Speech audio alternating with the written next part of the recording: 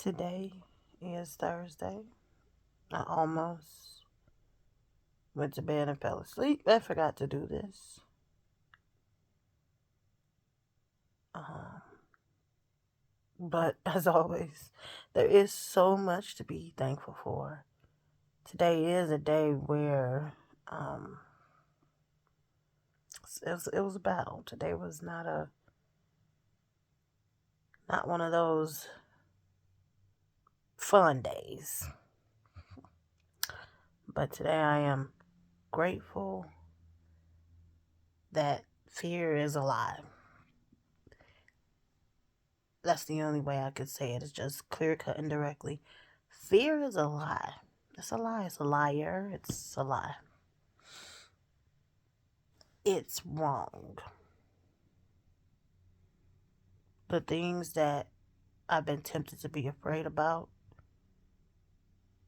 are just not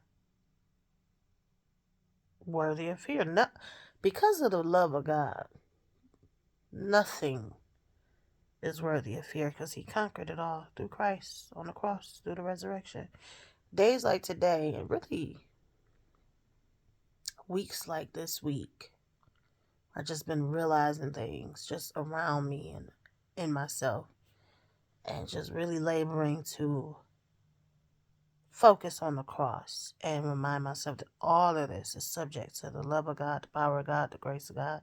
All the things about myself and people, the grace of God covers, meaning I project that grace onto others, even if they are not necessarily it's such a specific term. Even if they're not necessarily aligning themselves in their faith with that grace, I can still project that grace onto people, because really it's the only way to deal with people. Because I cannot say how irritating I have found other human beings this past week.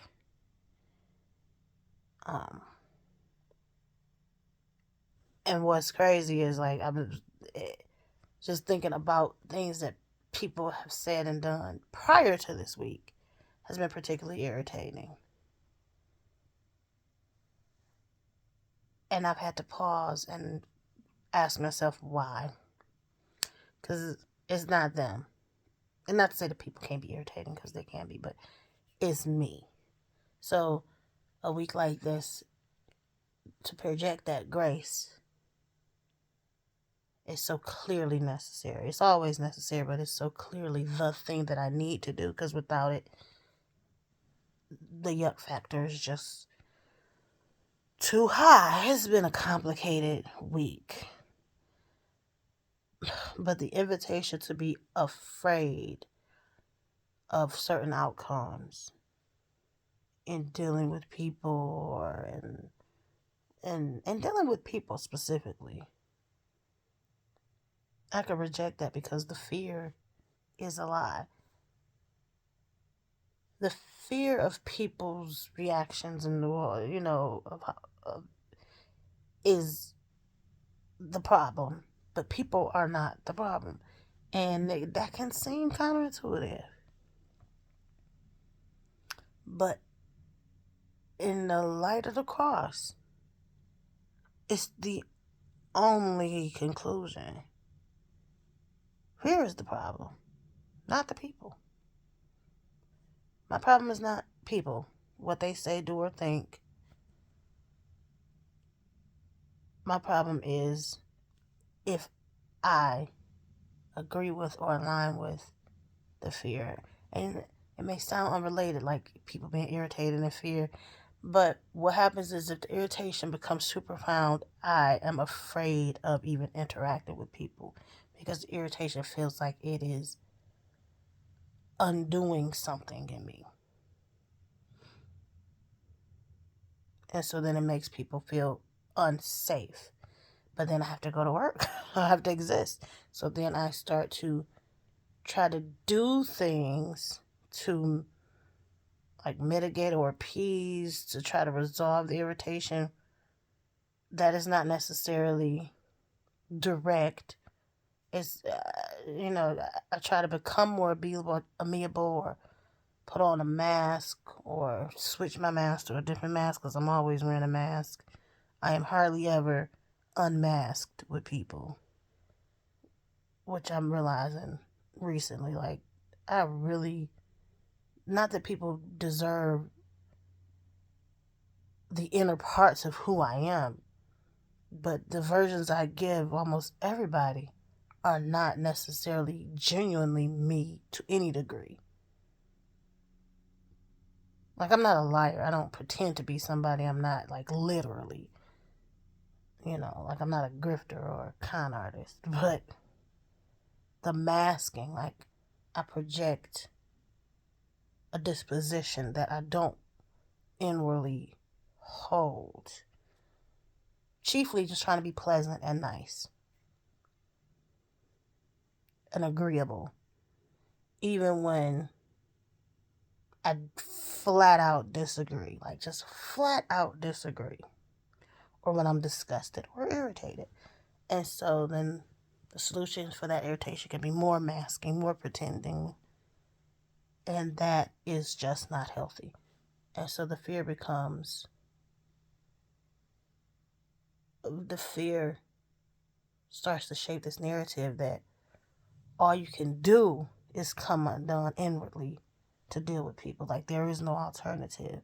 And that's not a people problem. That's a me problem. I hope that makes sense. So I'm thankful that the fear is a liar, because I don't have to come inwardly undone dealing with people.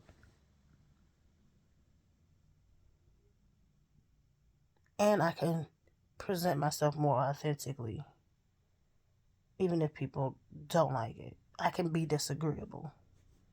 And that's something I want to learn and develop right now more than ever. Again, I know that may sound counterintuitive, but if I don't agree, I don't agree. If I'm not interested, I don't want to pretend I'm interested. Because it's leaving too much room for suggestibility and going along to get along, and then looking back like, I don't want to do that. I have no interest in doing that. I have no desire to do that, no plan to do that. And then I'm in conflict with my inner self and the things that I've presented to people. And I'm sick of that. I'm really sick of that. So I'm thankful that the fear is a lie. The people are not my problem. How fear is trying to shape my interactions with people is the problem. And it's a problem I'm confident that I will continue to overcome. In the name of Jesus. That is what I am thankful for. That I know that the fear is a lie. I don't know how this video looks. I use a front-facing camera on my phone to record all of these. And my screen is broken. It is like very, very, I want to say it's light. I don't know how to, it's like faded. I don't even know how to describe it. So it's hard to even really see myself in this. And like I said, I'm in bed because I was just about to go to sleep, and I realized, oh my goodness, it's Thursday. And I had been thinking about this on and off today because I didn't want to forget, but I almost forgot. I'm glad I didn't. Thank God for that. So if you watch this whole thing and any of this made any sense to you, if you could relate, if you've gotten through similar seasons or you're in a similar season, leave a comment. If you're in a similar season and you don't see the path forward, I just pray that you would stay encouraged. Pray for me. I'm praying for you. Fear is a liar, even when it comes to how we show up to other people, and how we think, or how fear wants us to think we show up to people. It's lying about the whole thing. Be encouraged to overcome that fear with revelation of the love of Christ, how much he loves you. how he made you for himself to enjoy in love, to answer your soul's deepest longing, which is love. If you're watching this, you don't know him, just praying that you would open up your heart, open up your mind, and realize your faith exists to be put in him. He is not the missing piece to your puzzle. He is every piece of your puzzle put together. He's it. He's everything. So receive Jesus. Yep, so y'all stay encouraged.